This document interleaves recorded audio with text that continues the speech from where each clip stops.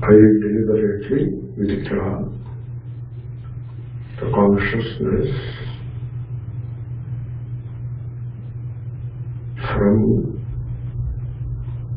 the things of the world.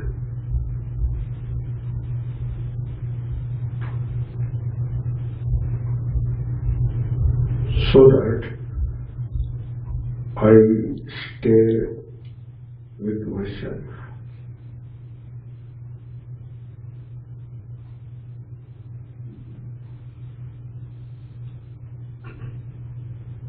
Being with myself.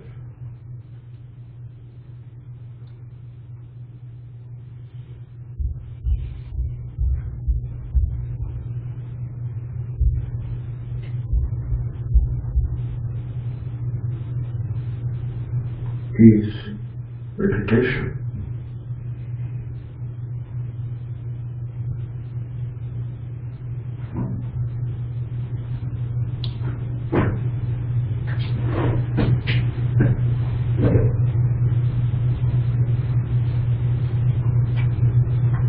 Enclosing oneself in some kind of a mental bubble is not meditation.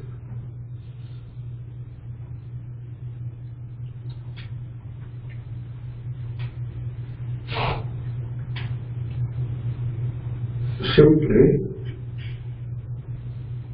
allow the mind to be quiet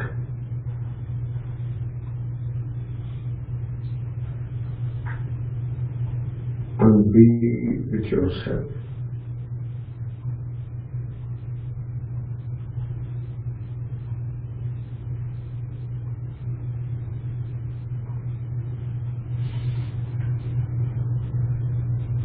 Being with oneself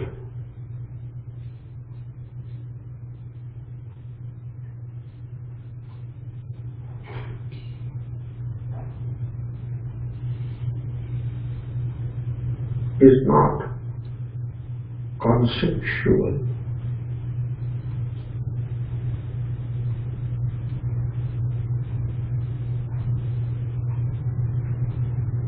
It is simply the actual.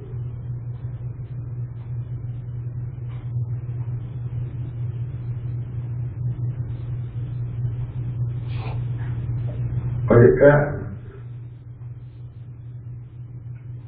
is the actual.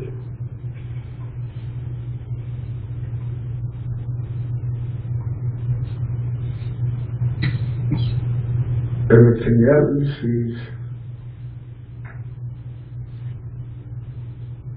conceptual.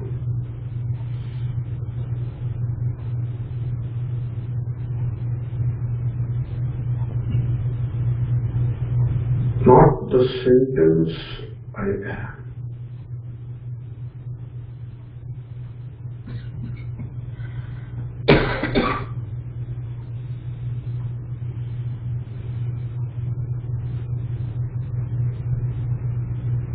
The innermost being,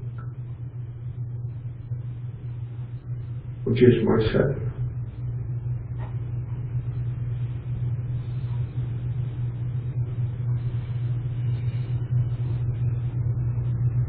That is the I am.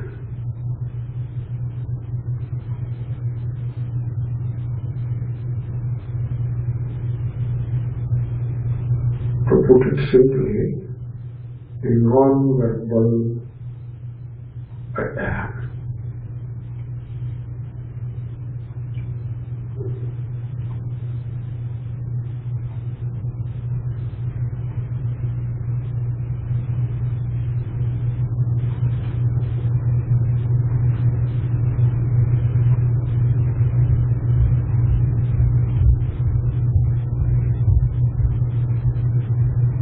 the non-verbal I am.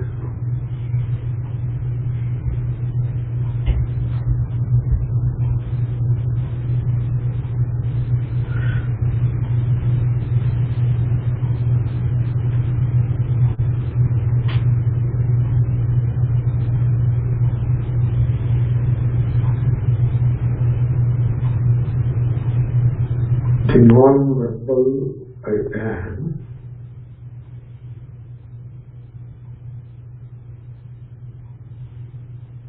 is it comfortable or otherwise?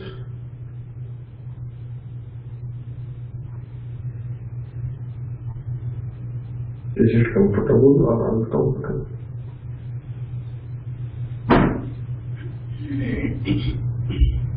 Neither.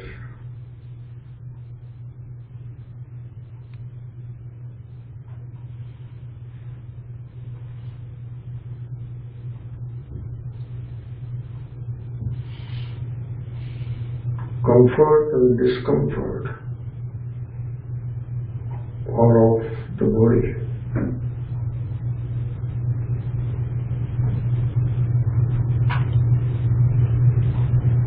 Not of the non-verbal I am.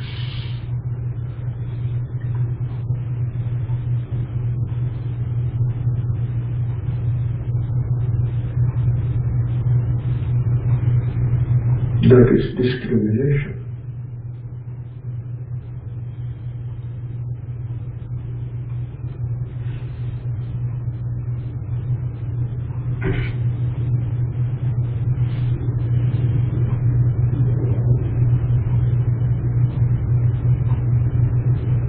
The non-verbal I am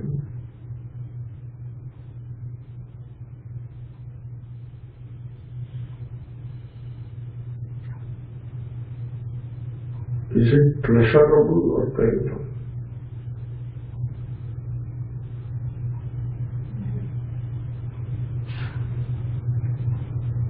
Neither.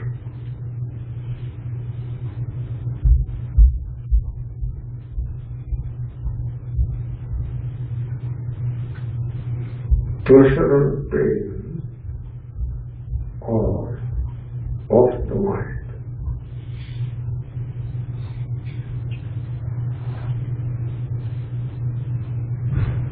Not of myself.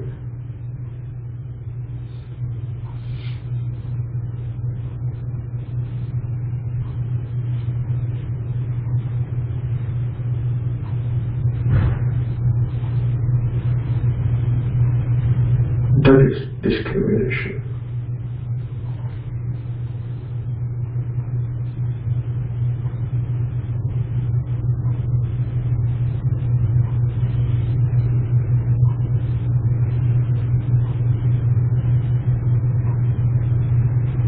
The non-verbal I am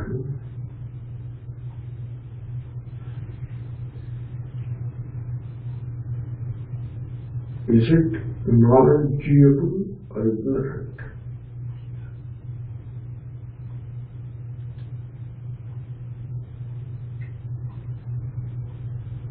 Neither.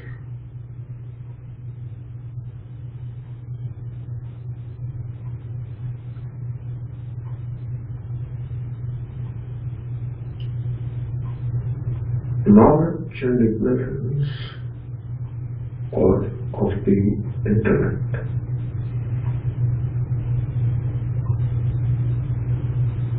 Not of myself.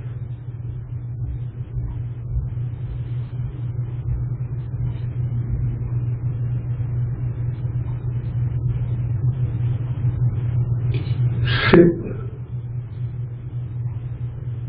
non-verbal I am.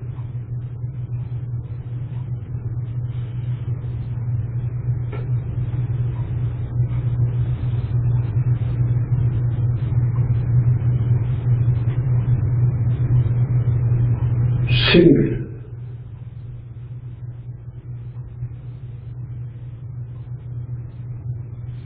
non-verbal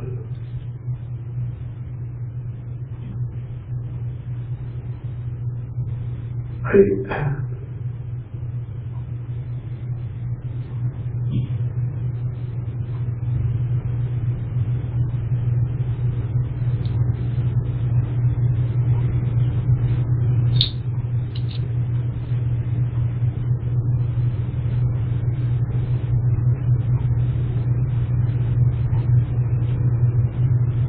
Just be.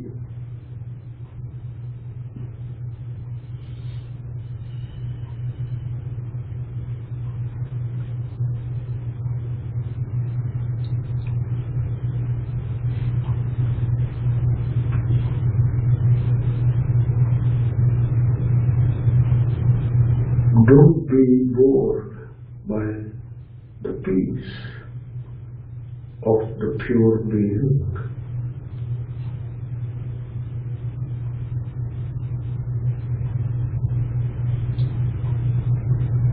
If you feel bored, that is the vasana. Just notice it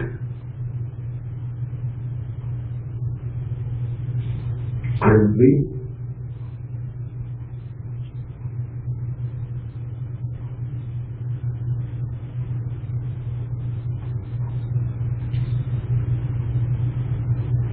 Go deep.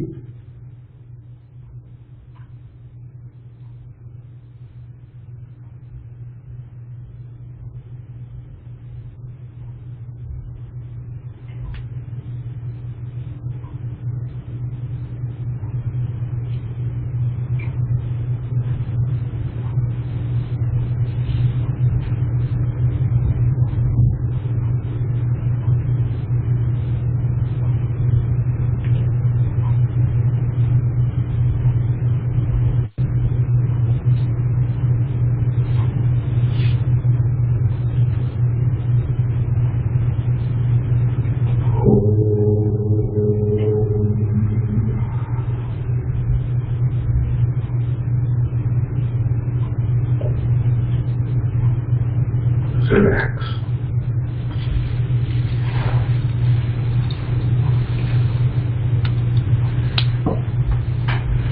Sit at ease. Keep eyes closed. And relax.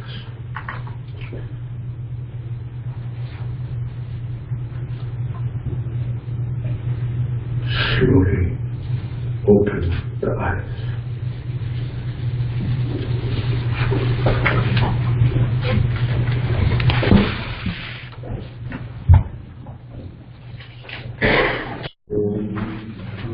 With this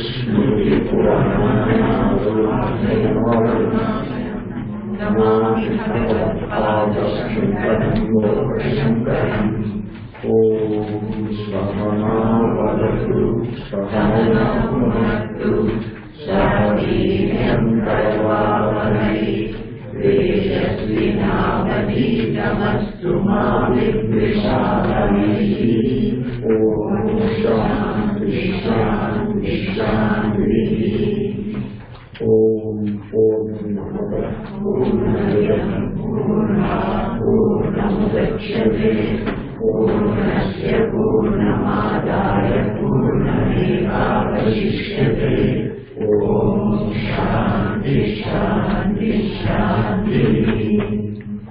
are looking at Purnamadah.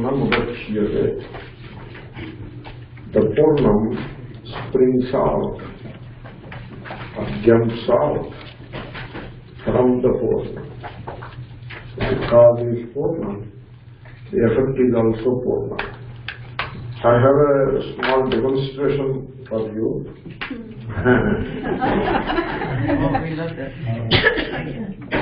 So, this is the group, let us call it the group. Now, what do you see? I love you. Now it is not correct, right? No. This is I love you, okay? Now, the I love you has sprung up from the group. Right? So the Jagat has come up from Brahman. But then I ask you a question. Are you seeing I love you or are you seeing the glow? Now? Both. No. You are seeing the glow. You are still seeing the glow. But your mind projects I love you on the glow. There is no I love, where is I love you here? There is only glow. Now it is what? Glow. Now? Now?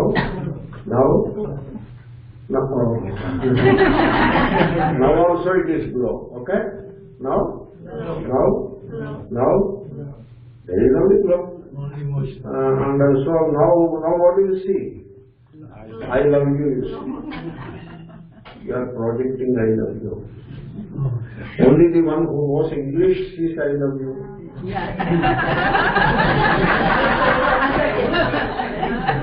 You are projecting I love you. This is the Maya. The I-L-O-V-E together makes a word called love. Y-O-U together makes a word called love. There is a bite or a gap between those words and it makes a sentence. All of that is in your mind. It is none of it is here. And you project it. Therefore, once you know that, suppose you know that, I love you is a projection. Suppose you know that. Now you start projecting and try to see the glow only. See whether you can do that. You should try, okay? The linguistics is not a huge problem. And it is very deep inside you. It doesn't bite you, really speaking. If any, it empowers you. So linguistics is not the problem. But the fact remains that linguistics, which is in your head, is being projected outside. That fact remains, okay? But the same idea you have to apply in real life situations. Like you are looking at a human being and call him my son. That is where the problem comes, not what you see by rotating this. This is only an example. Now, can you, he is a grown-up guy, he is married also, sometimes even given birth to a child himself. So there is no reason why to call him my son anymore. No, you need not tell him that. And, so the word goes on, you go along with the motions of the word. You need not tell him that the son, father, etc. are unreal. It comes to know of it, that is good. But you are telling me that is not necessary, but you have to certainly tell yourself. Son, but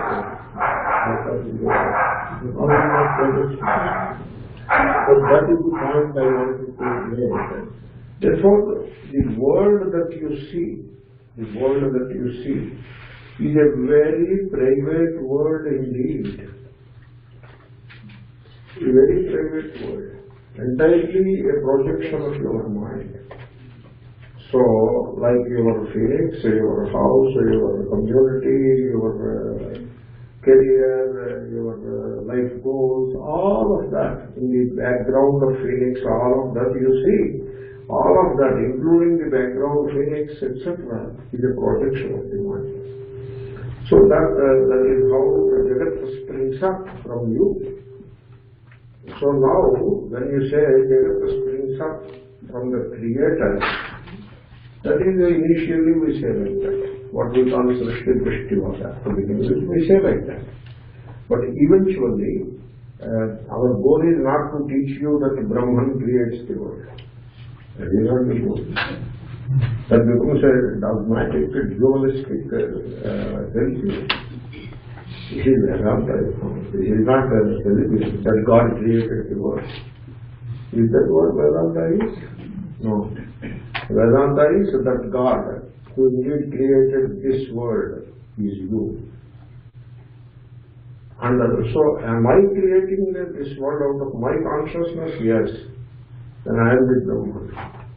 And I am the Brahman becomes meaningful only when first you realize that the world that you have created, the world is unreal and it is a projection, and the light of awareness inside you from which the projection is springing up is indeed Brahman. That is the conclusion. Okay? So all that we have seen, Purnamadah, Purnamidam, Purnat Purnamudachyate, Purnasya Purnamadaya. So that is where we are. So instead of seeing I love you, the syllables, and then the words, and then the sentence, and its meaning, instead of seeing all of that, because all of that is a projection of the mind, instead of seeing all of that, you have to ask the question, can I see the glow alone? That kind of seeing is called Shambhavi Mudra, some technical name. Shambhu, Shiva, where the third eye. So that is how you see with the third eye. So this is the third eye, not the literal third eye, the proverbial third eye. Okay? The metaphorically it is said like that. Therefore, you see the glow, glowing alone is. The glow alone is. And everything else is a superimposition that you see. In the case of glow, it's only an illustration. Whether you see that way or not, doesn't matter. But in real life situations, what is and what is projected. That discrimination you should be able to see. A human being is, a friend or a foe is projected. That you should be able to see. When you are able to see that much, you are free from the bondage of this friend and foe division. Similarly, you can practice this in real life situations. You can practice it. You stand before a tree. Just stand before a tree.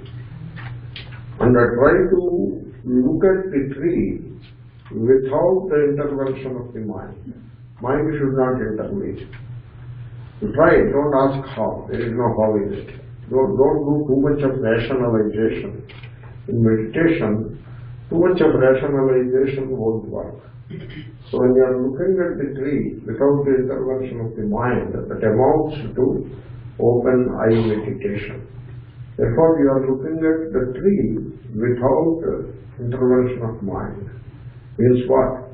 Without naming it, without labeling it. You don't give a label to it. Label is mind. Naming is mind. And so you don't label it. So mind wants to label it. Mind wants to label it as a tree, a mango tree. The mind may not be satisfied with a tree. It wants to put it further. A mango tree. Mind may not be satisfied with that also. Is it Bangin Kulli or is it Rasa? Is it Imam Pasand? Like that it wants to know. And then it wants to know a few more things. How come in Arizona mango trees are there? They must be in India. So like that, mind wants to see so many things. Now, that is all silly. That is not a meditation. That is what is called wandering of the mind. So don't allow that. Just ask the mind to keep quiet. Shut up. You say that to the mind. The mind becomes baffled to begin with, but gradually it will fall in line. And now you are looking at the tree without, the eyesight is operating, but the mind doesn't intervene. Now gradually you are looking at the tree, but you are not seeing the tree. You are seeing, but not seeing the tree. Then you experience that tree as existence, something which is. That is how you experience it. Means, instead of relating to Nama-rupa, the tree, etc., you are now connecting to the presence. It is a presence, you know. Is it a presence or is it a tree?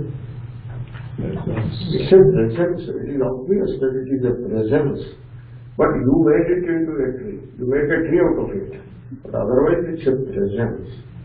So when you say presence, That is not Namarupa, that is Brahma. The mighty presence. And not only you are communicating, both are one and the same. You are not communicating with a tree, Namarupa. You are communicating with the presence. When you do that, when you look at the tree, you are separate from the tree, and the tree is separate from you. But when you are communicating with the presence, somehow you experience the non-division of the same presence in you. You do not experience the division. Division is when I am such and such person looking at this tree. That is the division. But if it is presence, then your own Namarupa drop off. And because mind is not operating, mind is quiet, therefore Namarupa fall off. And therefore you experience the same presence. Somehow there is no division anymore. It is the same presence. You try this. You go for a walk alone. Don't take cell phone. That is, you are hurting yourself. You are keeping yourself away from the truth because of this karna pishachi. So don't take it. Don't take somebody to chart and all that. You don't need to chart. And so go alone and then practice some of these things. Okay? So that because a tree is a neutral thing. Because it is a neutral thing, you can practice this discrimination easily. Then practice it with friend and foe. So you take a person who is trying to hurt you or who is working against you. Some such person you take in the world situation you come across. And then you notice that this is all a projection of the mind, that the other person is trying to hurt me. You are just projecting. Nobody is going to hurt you. You are the Brahman. Who is going to hurt you? Remember the verse, Achet Kyoya Madah. Nobody can hurt you except unless you hurt yourself. So the other person, let them try to hurt me, I will see. So nobody can hurt you. Nobody can insult you. Nobody can belittle you. No, they are trying. Let them try, but they cannot. Therefore, now the other person is not an adversary anymore. So you don't look at him as an adversary. You look at him as one more human being. Not even just a human being. The Atma, he is the Atma. There is no difference. So you experience that oneness. This is how Purnasya Purnamadaya, that is the Purnamadaya. You see the glow, before the glow, later the glow. And it is all the same Brahman. So having understood that way, up to that we have covered. Just I gave you a recap of what went by. So that some of the newcomers also can be brought into the flow. So Atmaswarupaikara Sattvam Apadhya Vidyaya. The Vidyaya goes backward. Okay? You should not connect it with Avidya Kartam. Vidyaya Avidya Kartam. If you try to connect it, it sounds silly. It is not Vidyaya Avidya Kartam. It is Vidyaya Atmaswarupaikara Sattvam Apadhya. A comma there. Now what is left is Avidya. Let us say Avidya Kratam Bhotamatropati Samsargajam Anyatmavabhasam Niraskritya. Can you put some more energy into it? Is it possible? Right, yes it does. Not for you. For you it is quite all right. Now it is better. So, Bhotamatra Upadhi Samsargajam Anyatvavabhasam. This expression you have to understand. So, the sense of otherness, you feel it, you experience the sense of otherness, Anyatvavabhasam. Vabhasa is the experience. You feel, that is how you feel. So, under that ego is coming. You sit there. Oh, going to handle this also or what is it? Okay. Now sit there for a few minutes. So this game will go on. Please bear with me. So, anyatva bhasam, the sense, avabhasa is the sense. Sense means the sensing. Okay, sensing, knowing. So, the knowing of otherness means, knowing means you think it is true. It is not true. It is sensing of otherness. Okay, you sense the otherness. Anya is other, anyatva, otherness. So you are looking at a tree. You sense it as the other. Why do you sense it as the other? Because it is a tree. Because it is a tree. And why it is a tree? Because I am a human being. It comes as a package. I am a human being, and so this body, mind I am, and that is a silly tree. That is how the sense of otherness comes. So, it becomes the object only when you are the subject. Without you being the subject, it cannot be an object. And so it cannot be a Namarupa unless you yourself are a Namarupa. And you are a Namarupa. How come I am a Namarupa? Because you are identifying this is a Namarupa, this is subjectness, not subjectivity, not subjectivity. The status of being a subject, the subjectness, it is a product of jam. It comes out of identification with the body. Body is the upadhi. Upadhi, you know, like you keep a crystal and put a red flower by its side. The crystal, which is very pure, now in the vicinity of the red flower, appears like a ruby. It is not a ruby. It has not become a ruby too. It still continues to be the crystal only, but because of the juxtaposition of the red flower, it appears like a ruby. This is upadhi. Now what is the upadhi now? Upadhi is the flower.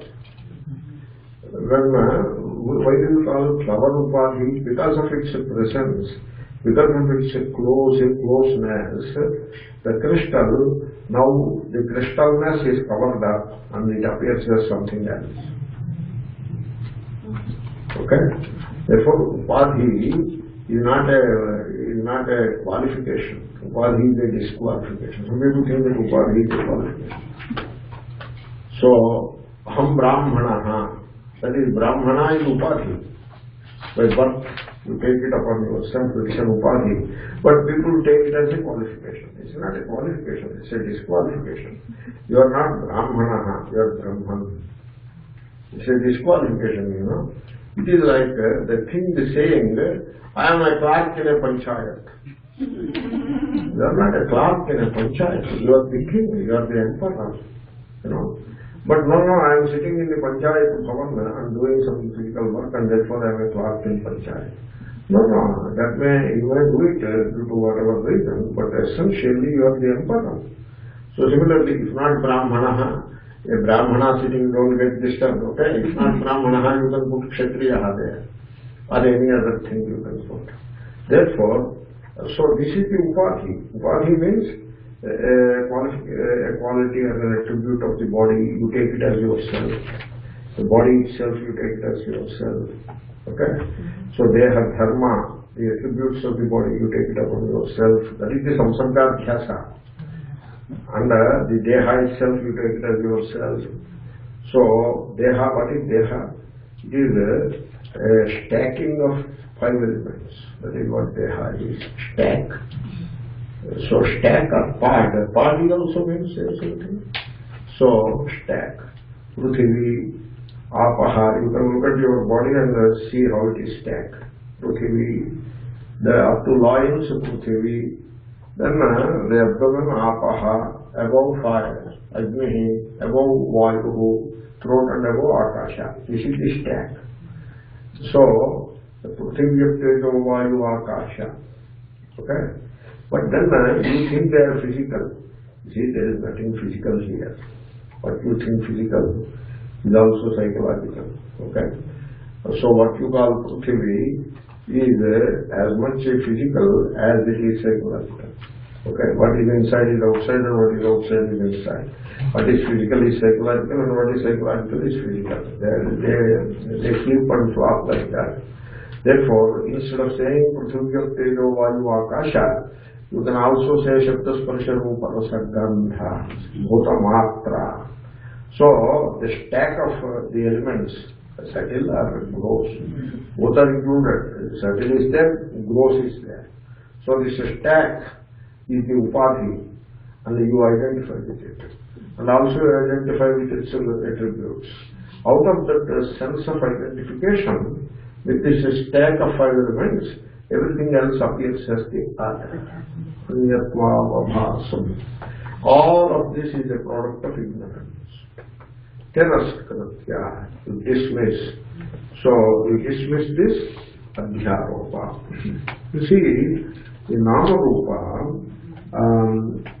the nama rupa is a particular sensation governed by a mind with a variety of vasanas. You see a tree, which is nama rupa. There is the optical sensation, which is interpreted as a tree. By what? By who? By the mind. The optical sensations are interpreted by the mind as the tree. And why should the mind do that? But the mind is governed by its own logic or by its own vasanas. Therefore it interprets as a tree. That interpretation of the mind, interpretation by the mind of the sensations have nothing to do with the reality. That is the point I am trying to make. The reality is Brahma, presence. But the mind, with the help of the sensations, interprets the presence, limited by space and time, etc., as a tree. Tree is an interpretation. Tree is not what is. So this is this is big time science it is. Okay? Anyway, therefore, these symbols are nama-rupa, means they are purely the projection of the mind, and they give you a sense of the otherness. That is what is going on. And also what happens, nama-rupa is an easy escape. Suppose I know it's a tree, it's a mango tree. It's an easy escape. You need not investigate anything there. It's an easy escape. And that is what people do. So also, it's when you go to a movie, are you looking at the fact or whatever? No, it's a kind of a distraction, a fanciful distraction. You go to a movie. Movie, something is going on. There is a poet, there is a director, and there are artists. They struggle hard to present something there.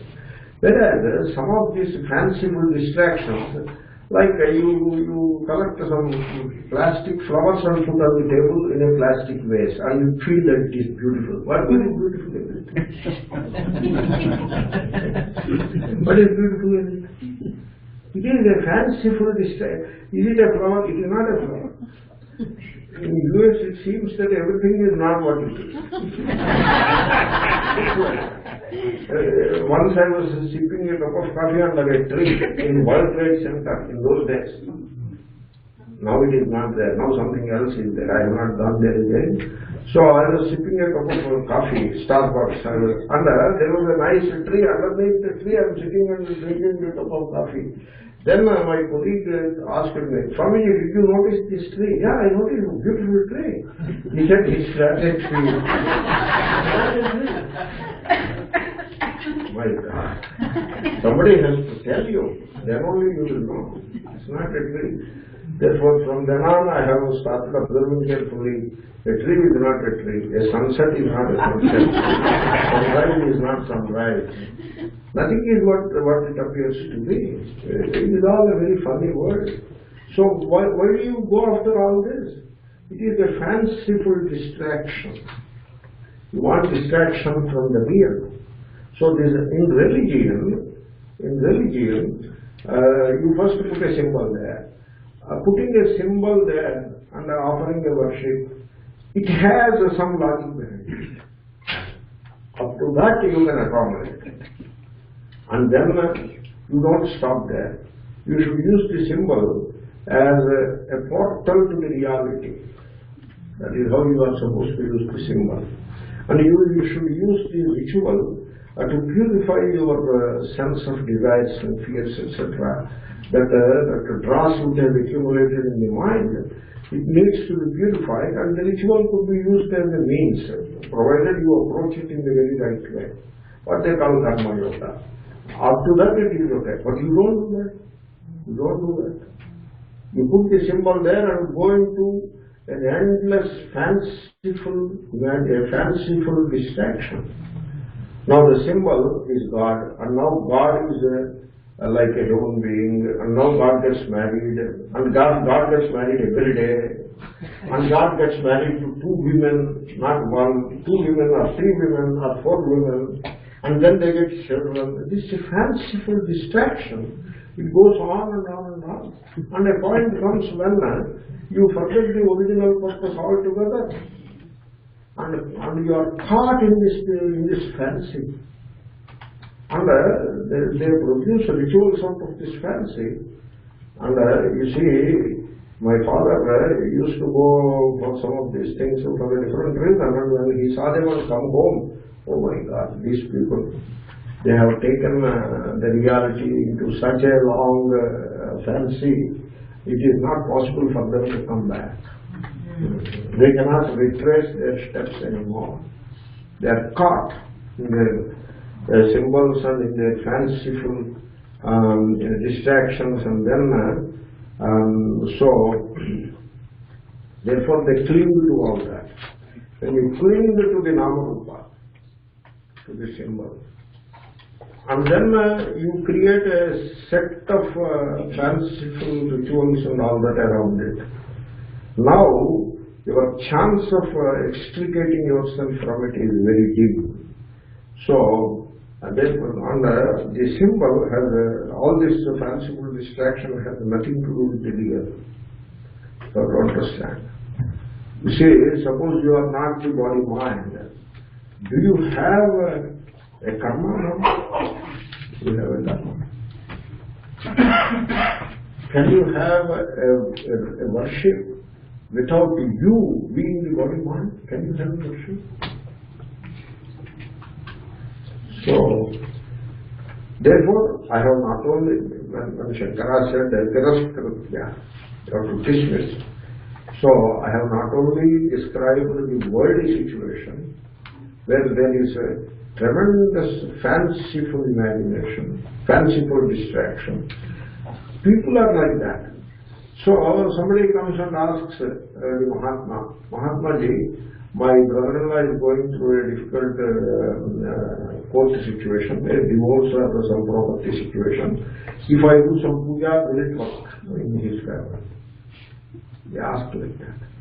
Now, when you listen to it, you are stunned by the depth of fanciful distraction that this gentleman is engaging in. He has a brother-in-law, and the brother-in-law has a fight with somebody, and then they are going to the court, that in India, and the court case will be settled after 25 years at the earliest. And then by his worshipping one god, one of the many goddesses or gods, the brother-in-law will get advantage. Is there an end to this fanciful distraction? And you are a Vedanta student. Either you have to join an institution or I have to get out of the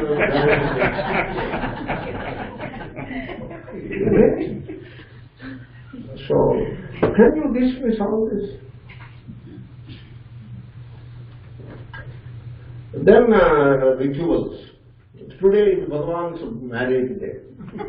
Bhagavan's marriage day?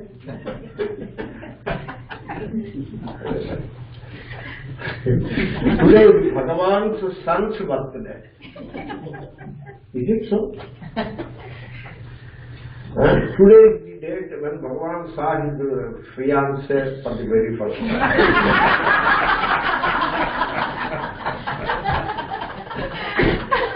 Today is the day when Bhagavan proposed a marriage with the fiancée's father, and therefore a ritual.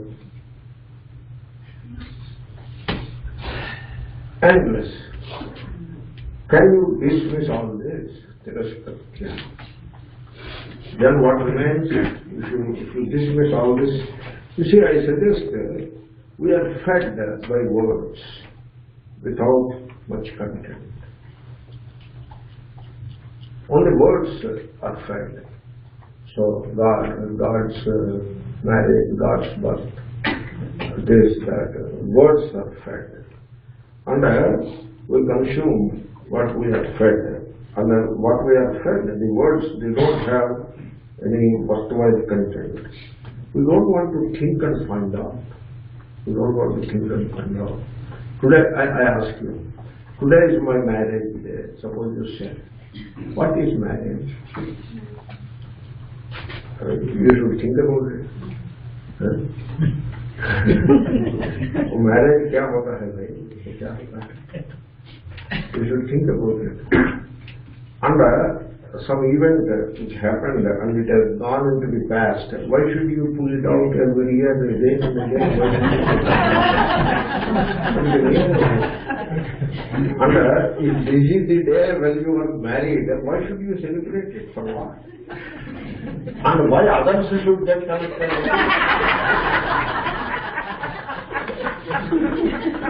And why a poor Swami should be part of it?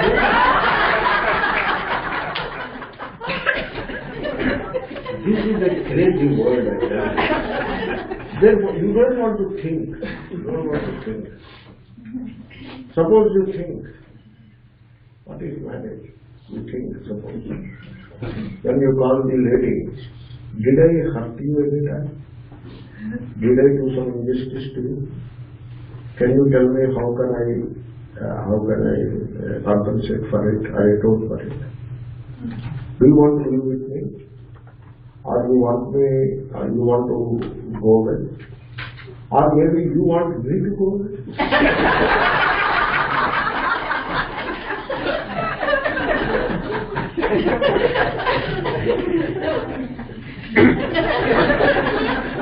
If you think, you will end up with Rishikesh, I tell you. Thank God you don't think. So, to think is very painful. To think is very painful. Really. So, when we think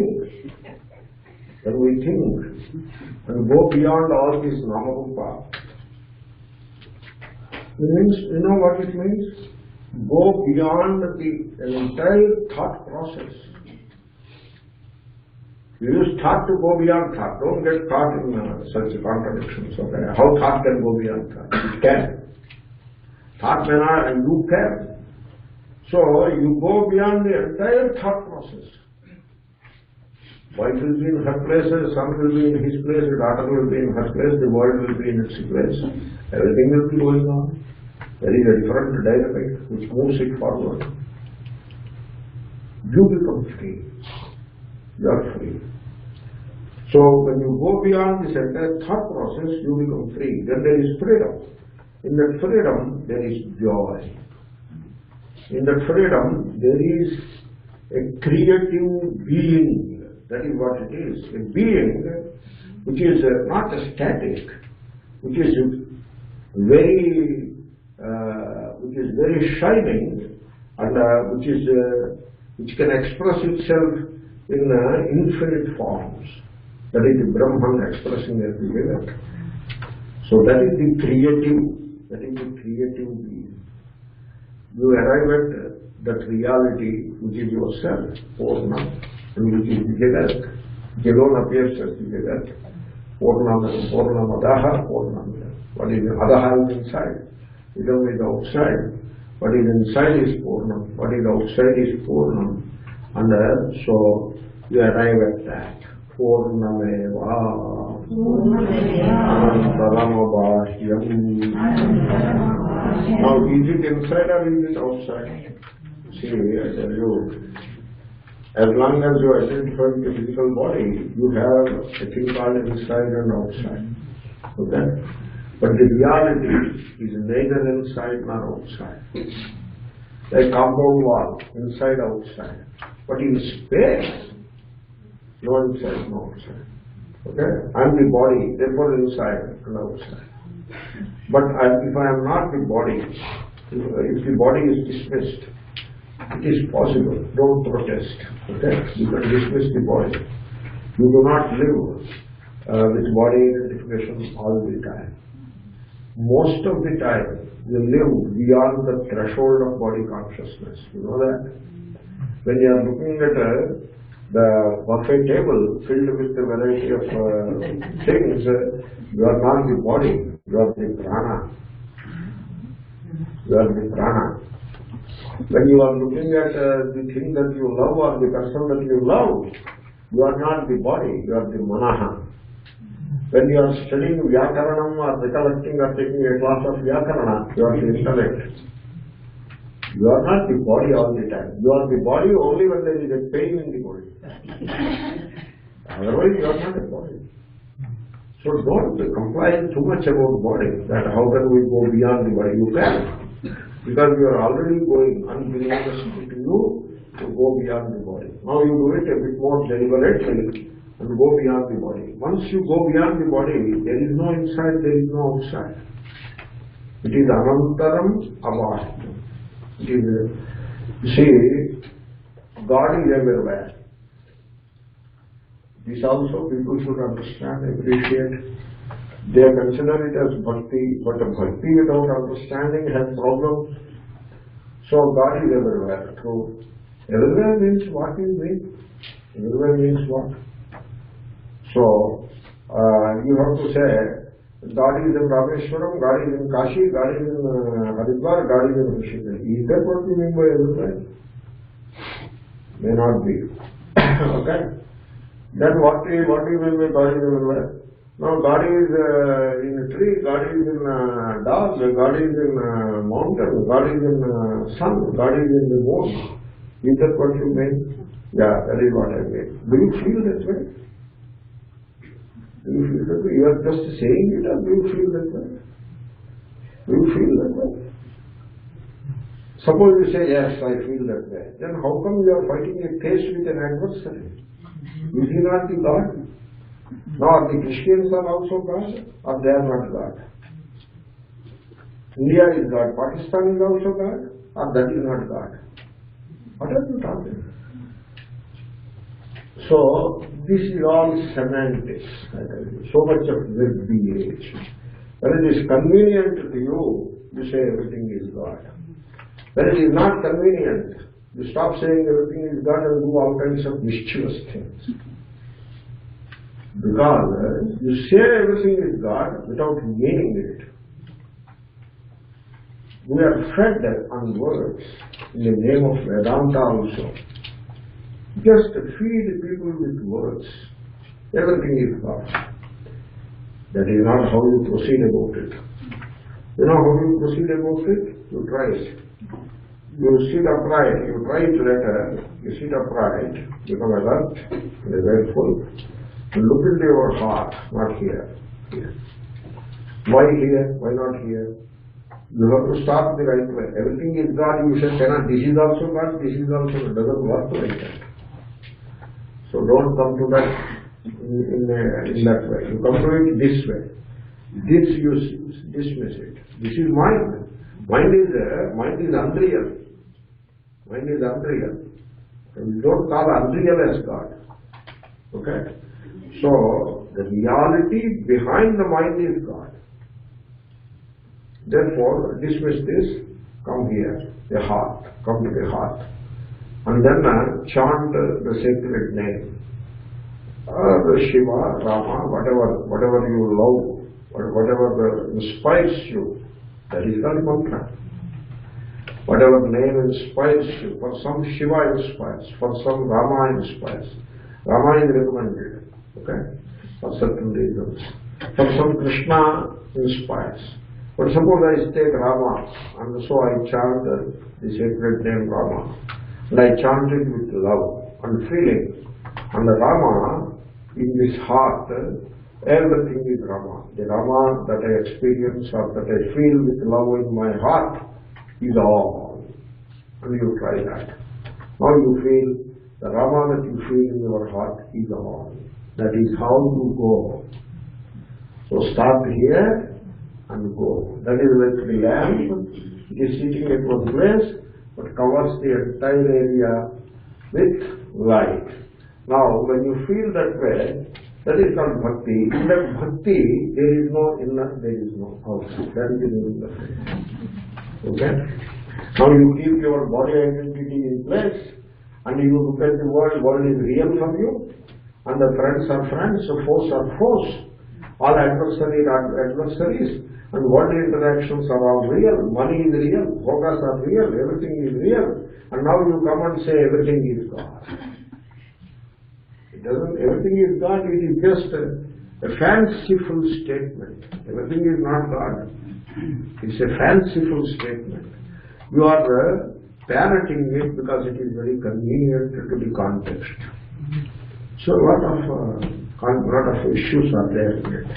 Therefore, this is how you feel God. That's why, example, I told you, when you look at the tree, without naming it, without the mind. So now the tree is not a tree, it is a presence. What kind of presence?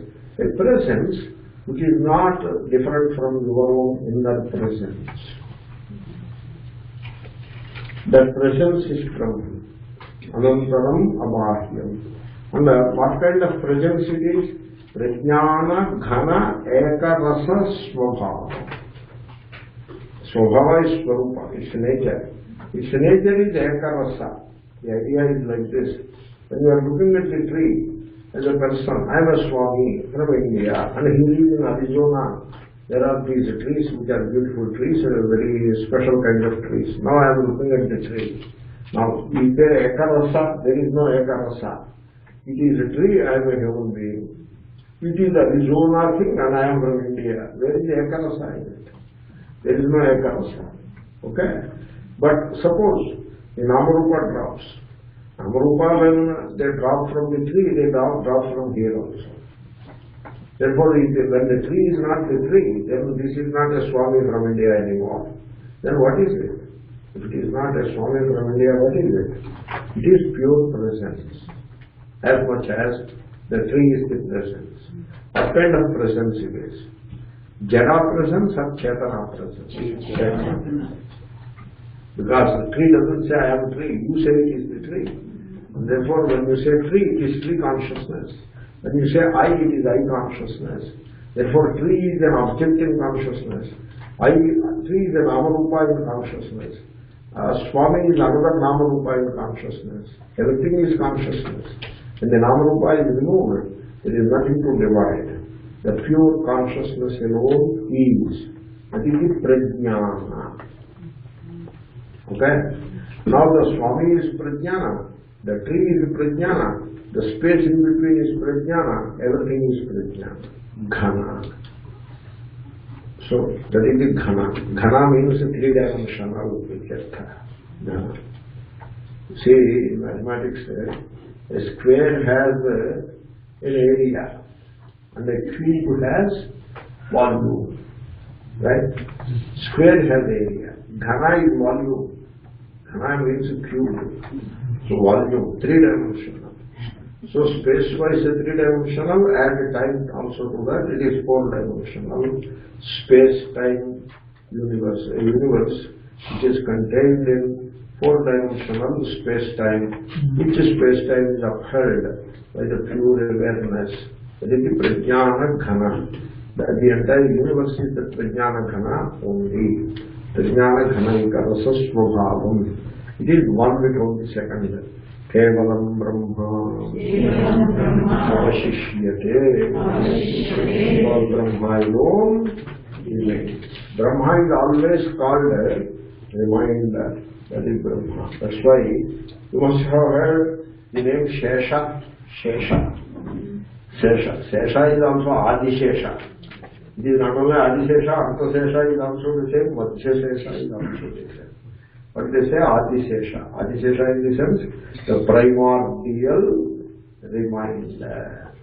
Adishesha. Adi is the primordial. So, Bhagavan, where Bhagavan rests or relaxes, in this Shesha, means you are that Bhagavan.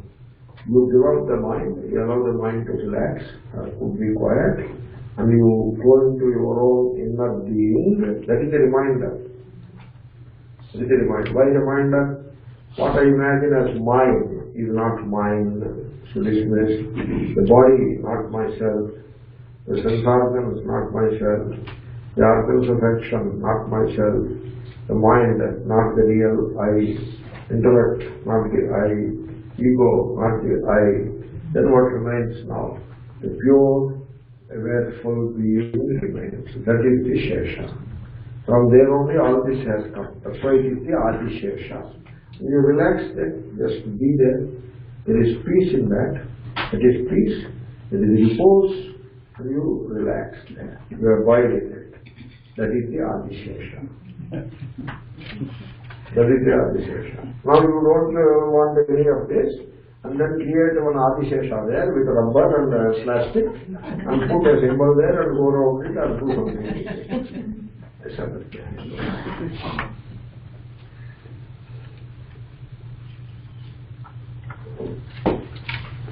So that is Brahma, one without the second, avashishyate, that remains. That is the reminder, that is the Shesha. Shishyate, Shesha Saumyaha. Shesha also means Bhagavan. Shesha Bhagavan. Adi Shesha Bhagavan both. Means because Bhagavan alone remains. When the Nama Rupa are dismissed, Bhagavan alone remains. Shishyate, hence Shesha Saumyaha from Bhagavatam.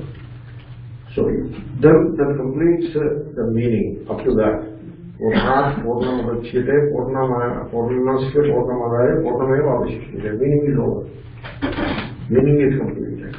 So really speaking, if the question is what is the meaning of Purnamadaha, it is over. But then a few questions arise. So what about the duality that we experience? We have to address that. If the duality is real, seems to be real, then you cannot have Purnam is divided now. So some of those issues have to be settled. And also Shankara wants to connect this mantra with Aham Brahmasmi Mahavakya. He wants to connect that. So therefore some more pages are there. We will glide through some of that. Okay? Yaduktam means which was said earlier. What was said? The entire mantra is given here. Brahmava idamagra asid tadatmanameva ved aham brahmasmiti tasmat tat sarvamabhavat. That is the mantra. Okay? Ityeshaha asya mantrasyarthaha. He says in that mantra, where you find the Mahavakya Aham Brahmasmi, from the same Brhadaranyakopanishad. It is 1-4, Prathamadhyaya, 4th Brahmana, 1-4. Whether this is Panchamadhyaya, 1st Brahmana, 5-1. So what was said there, in that mantra, whatever was said, the same thing is being said in this mantra also. So, Eshaha, Asya Mantrasya Arthaha, Asya Mantrasya, means this Purnamadaha Ityadi Mantrasya, this mantra, the meaning of this mantra is the same as what was said in that Mahavakya, and in that Vakya. So now it is a nice occasion to know something about that Brahmana and that Mahavakya. You see, in that Brahmana, it starts with a story, like everything else. We call these stories Arthavada, in the sense that don't take the story literally. It is not history. This is mythology. And also it is merely meant as a symbolic story. Okay? So you should not take it literally. That is the idea. Now, so in Purana, Vishnu thought that creation must happen. And then from the navel, lotus came, and out of that lotus came Brahmadeva. And he asks Brahmadeva, go and create. Okay, and Brahmadeva creates this world. This is Puranic cosmogony. This is called Genesis. Puranic Genesis. Okay? The Bible has the Genesis, Old Testament has the Genesis, the book of Genesis. Every religion will have Genesis. So, this is the Puranic Genesis. In Puranic Genesis, it is all obviously a projection. Everything is a projection. You are a human being, therefore the God is also a human being. And you are a human being, therefore the Creator is also a human being. I mean, he has the shape of a human being. You see, this humanness is such a universal thing in all this mythology. Even when the God has more than one head, still he will have human form only. So 4 heads, but still human form. Except the 4 heads above the neck, the rest of it is all human. Okay? Why 4 heads? 4 Vedas. That is what it is. Okay? Why Ravana has 10 heads? Because his 10 different thoughts are bothering him. That's why he has 10 heads. 4 Vedas. Suppose some other Devata has 3 heads, Sattva-Rajastamo-Gunas, 3 gunas. You don't understand that, right? Suppose you put a 400 thing and then start doing something about it. So you have to be very cautious about these things. That is a direction. If you go deeper into it, you will not be able to come back. That's it. Because all that is symbolism, Therefore, this is Purana. In Purana, everything is humanization. In Sanskrit, it is called Manavi-karana. Everything is made into a human being. That's why not only in Indian mythology, in Greek mythology, in the Egyptian mythology, the mythology of the pharaohs, etc., these ideas, they appear there. Even if the head is that of an animal, the rest of it is human. Like Bhasyam, only neck above is a lion, the rest of it is human. In the pharaohs, the god or the angel has an eagle head, but the rest of it is human. Even Hayagriva, only a horse face, the rest of it is human. Everything is like that. The rest of it is human. Matsyavatara, Varahavatara, everything is like that. The rest of it is human. Therefore, the human form is attributed to God. This is how the mythology works. That is the Puranic cosmogony. Therefore, everything is converted into a personification, what it is called. That is how it goes in the form of a story. But Upanishadic cosmogony is not like that. Here, personification is not taken to that extent. Personification means you will have ears, and then you will have earrings, then you have eyes, then there is some cream, etc. you apply. You don't take it to that level. In Purana, they take it to that level. That is what they do. Bhagavan is wearing all kinds of ornaments. Suppose some new design ornaments have come. Now they have purchased it and put to Bhagavan. Because Bhagavan should wear all these ornaments like that. I don't know what is going on. It is very tough to deal with it. But coming back to the story, here the story is not personification. No personification in this. There is the reality. It is not a person. Reality. Let us give a name to it, Brahman. That is reality. Now this Brahman has a power. Now, what is the name of this power? Maya. Why Maya? Why not Shakti? Suppose you say Shakti, it appears real. If you make it real, then there will be 2. Brahman and his Shakti. Banadiya 2. Okay? See, even when there are 2, there are no 2, there is only 1. And wife and husband. Are they 2 or are they 1? As long as they are 1, they are happy. If they are not 1, they have become 2. Then things are not running in a proper direction.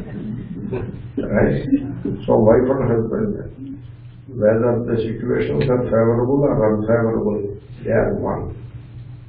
Sometimes things will not run smoothly, but still they are one. So even when there are two, they are one. Now there is one and you want to make it two. This two is a problem. Therefore, Brahman plus Shakti, if you say, you know what people will do? They give up Brahman and they worship Shakti. They do now. They do it. They do it. Tantra. All Tantra is like that. So, because Brahman has no fascination, whereas Shakti has all kinds of fascination. That is how human mind works. Therefore, we Advaitins are very clear about it. So, we don't call it Shakti, we call it Maya. But if you want, sir, accommodate us a bit, please accommodate. Okay, Maya, Shakti. Nothing more, nothing more. No Shakti. I told you the camel story. You don't Shakti, then your Brahman will be thrown out and only Shakti will take over. And Shakti will be standing on the Brahman. Do you know that? Shakti stands on the Brahman. Yes. Not only that, the Brahman becomes a cart and the Shakti sits on that.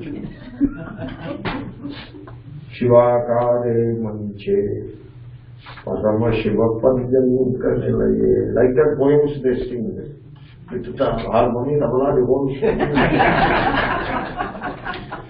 and then Shakti is standing on the Shiva. So the mind goes in that kind of a fanciful distraction. Therefore Maya. So Brahmana needs power, Maya. What is the power? This is the power. You know, I tell you what is the power. So now you see glow. Okay? Now you see I love you. Now I have added power. What is the power? This is the power. Movement. So add movement, you see something other than what you is. And movement is the mind. Mind is the movement. And without movement, suppose without look at this, now you don't have a mind. Only you have prajna, not mind. Look at this. Look at this with focus. There is no mind now. Only looking is there. The awareness is there, no mind. Now you bring mind. You see something else. That is the Maya. That is the power. Power is Maya. Okay? Therefore, that Brahman plus Maya becomes the creator. Turn it on. And it will go away. By itself, it goes away. That is also Maya. So, therefore, Brahman becomes the creator now. Brahman is not the creator, but we invoke the creator out of Brahman. Brahman becomes the creator in association with the Maya. And now the creator, Maya has come, you know. Maya has come. Maya is avidya. Even with the creator, it is avidya. Some people make a distinction. With Parameshwara it is Maya, with Jiva it is avidya. You want to keep Ishvara and Jiva separate, that's why you are talking the language. You are not very keen about it. We go along with it for a while. But we say that Maya is also avidya. Means the creator is ignorant, yeah. How do you know? In the story, the creator became bored. Can you believe it? He is bored. Bored. B-O-R-E-D. Is there a better word? Disenchanted. He is not comfortable and happy. This happens to you yourself, not you generally I am saying. Suppose you sit quiet. You try this at home. You sit quiet. No thoughts. Be silent. Within 30 seconds, you will be distracted. You want a distraction within 30 seconds. You want to look at something, or you remember something, or you remember somebody dialed this, or you want to look at a newspaper or a book. 30 seconds is all you can hold on to. Before it is 30 seconds are over, you want a distraction. Why? Because without the mind, and the variety that it creates, all by yourself, you are bored. That's why there is such an enormous industry of entertainment. All of that industry has only one aim: to overcome this boredom from the human mind. You have to escape from the boredom. The secret is, as long as you escape from the boredom, you will never solve that problem. That is a different topic. I will address it separately. Now coming to the point here. So Brahman was bored. He was unhappy. And then he was afraid. Fear. Vipshata. So Vipshata. He was feared. Now, he has all the qualities that we in bondage have. He has the unhappiness, that is boredom, and he is afraid. And therefore, he is unhappy. And he is afraid. And then suddenly remembered. He knew, not remembered, he knew, Aham Brahmasmi. Aham Brahmasmi Tadet. And then he understood, there is no second, I am all. Tat Sarvama Bhavat. That is the mantra. This Purnamadah is an elaboration of that mantra. Okay? We continue.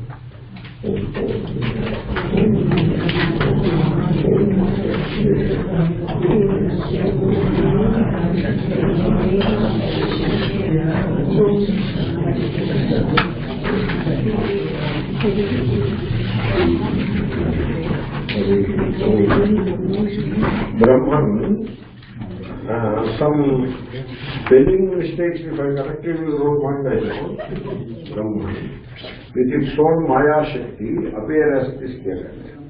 The Jagat is an appearance. But why there is so much variety, so many types of jivas are there? You see, once you understand Jagat is an appearance, the why is also part and parcel of the appearance only. Okay? So, suppose you go to a movie. Now, you see, suddenly that movie is going on. You ask, oh, why that lady is dancing with him? Like that you ask. Then the next one says, hey, don't ask so many questions, keep quiet. He loves her, that's why they are dancing. Sit and watch. So that kind of why, what will you do with that why? What is that knowledge? I don't understand. It is a movie, you know, it is an appearance. And within the appearance, you want to have a why there? No, why is also part of the appearance. Suppose I told you why. She is her fiancé, that's why they are dancing. Now your why is answered. That why, that answer, is it part of the appearance and then is it something real? So forget about this why. But you after knowing why, you won't understand anything of it. You won't get anything of it.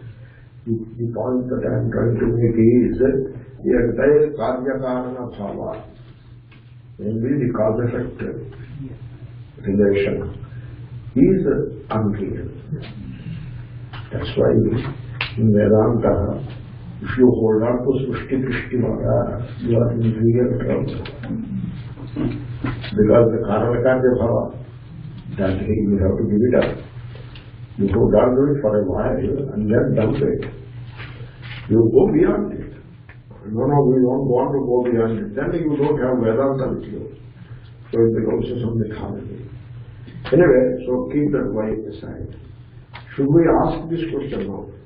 Or just to dismiss this Jagat as an appearance and don't even ask such question? You can't.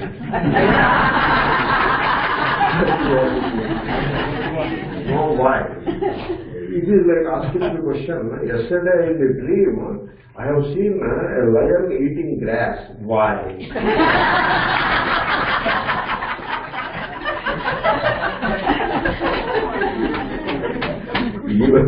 So, no, why?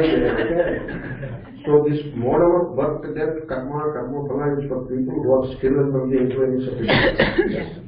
Very true. Now, I will answer this question. It is pending. What is japa? How important is japa in attaining the absolute? You see, japa I was thinking of examining this word by looking at Padini and all that, but I could not do it. But the word japa is an unknown thing. It is practiced all over the world, the people in a religious context. They hold on to a rosary also, and it is there in Christianity, it is there in Islam. Of course, it is there in Hinduism. It is part of religion. You have to understand that. It is a religion. But in Vedanta, we do examine the religion and retain the useful aspects of it and dismiss the not so useful aspects. That is the job of the Vedanta. Vedanta doesn't follow religion blindly. The religion of the masses is not for Vedantins. You see, one day I went to a marriage, Bhagwan marriage function 20 years back. And I sat there. 1.5 hours I was sitting there. They are doing the ritual. Every mantra is known to me. I know the meaning also. And I see what is going on. And I often see there is no connection between the mantra and the karma they do. There is no connection. All this is going on in the mind. What am I doing there? I am getting distracted, you know. I cannot enjoy it. You should have a lot of ignorance to enjoy it. So, therefore, I decided not for me. And therefore, you cannot follow the religion of the masses and claim to be a Vedanta. It is not possible. This is a lot of contradiction that students of Vedanta have to examine what themselves. If you tell it, they become unhappy and angry. First they become unhappy, then they become angry. Who will tell about? Who is interested in your affairs? Who will tell? Out of love it is being poured. As you told it, take it or go and sit on the tree. So who will tell it? Therefore, the religion of the masses is not for the students of Vedanta. You have to take certain aspects of the religion, and there is a name given to it. It is called true religion. It is a Christian like that. The religion of the masses versus true religion. And therefore in japa, the true religion aspect you have to find out and take it. That is the job of a Vedanta. The masses religion aspect of the japa, you have to examine it and you have to go beyond it. Therefore, japa has to be carefully examined. Japa of a mantra which is aimed at fulfilling desires and all that is outright dismissed. So the mantras, if you know the meaning, they sound very odd. If you don't know the meaning, it is alright. But if you know the meaning, so Chindi, chindi, pindi, pindi, maraya, swaha. So if you know the meaning is okay. But the one who knows the meaning, he cannot relate with it. That is not possible.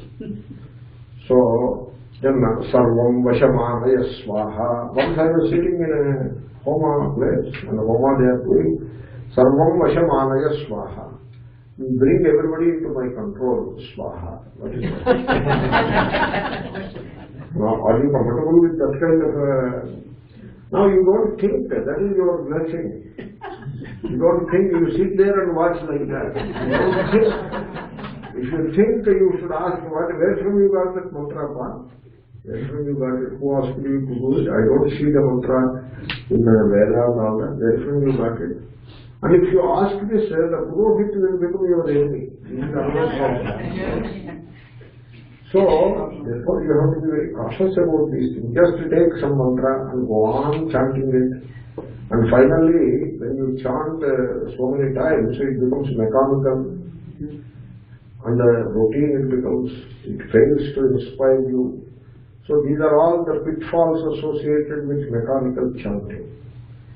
I do not put it as a big special practice or anything. Ramana Maharshi has put japa, I will conclude in another 4 minutes. Ramana Maharshi has put japa into the category of vachika karma.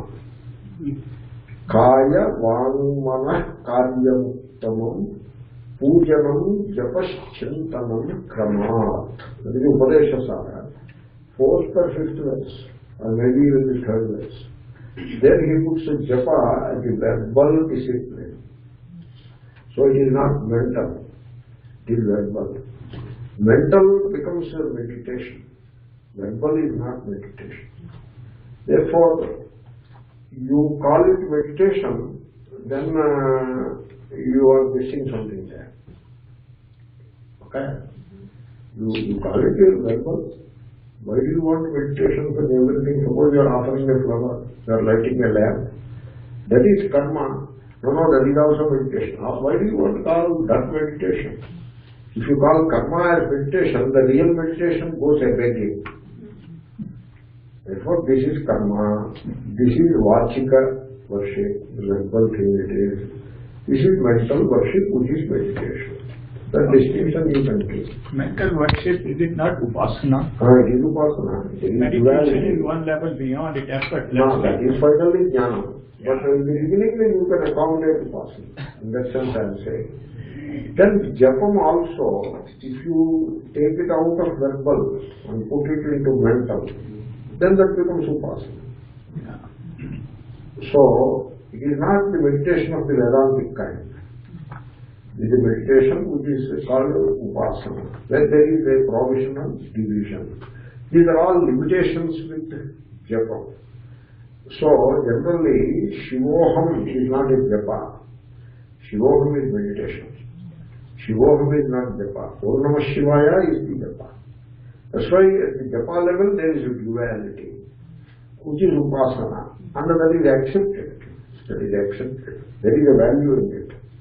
And it helps us to grow, and we do it to begin with, provisionally we will grow. We say Om Namah Shivaya, Om Namah Shivaya, Om Namah Shivaya, so that we can come to Shivoham. Therefore, there is no issue with it. But suppose you take a mala and go on doing Om Namah Shivaya, Om Namah Shivaya, Om Namah Shivaya 10,000 times per day or 5,000 times per day, and the mind is busy with all the worldly things and you are doing it, that is a problem. Because that becomes mechanical, and that it makes you believe that you are doing something very spiritual and all that, which it is not. And mind becomes dull, and your ability to think will vanish. And mind becomes blunted, dull, mechanical, you cannot think. That's why these people who do japa, take sannyasa and do japa for 3 years. For the rest of the life they don't think. That is not how it happens. The ability to think is gone. So you don't want to go into that. Okay? What you do is, you sit upright. You need not have a mala. Why do you want to count? Once I was doing with mala. When Mahatma asked me, "Kya, counting is going on well?" That is what. Then the same question I put to myself. The answer is yes, the counting is going on very well. I could see that. Then I asked the Mahatma, please elaborate it. He elaborated. I am elaborating now. Okay? Therefore, you should go beyond the counting. Initially, a discipline, some counting is advised.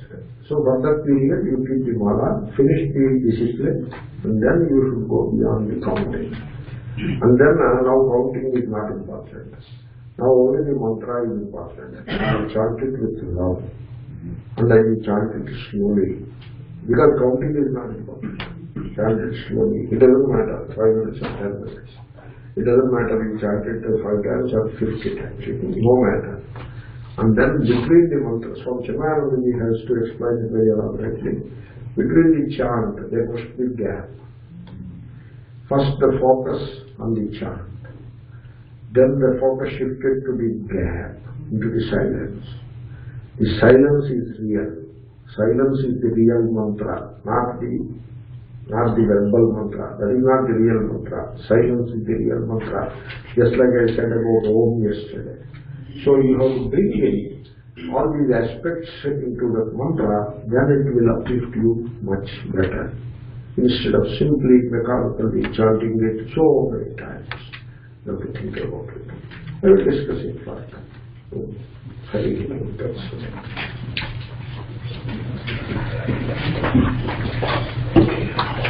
So, Swamiji will be leading, but I request everybody to stay.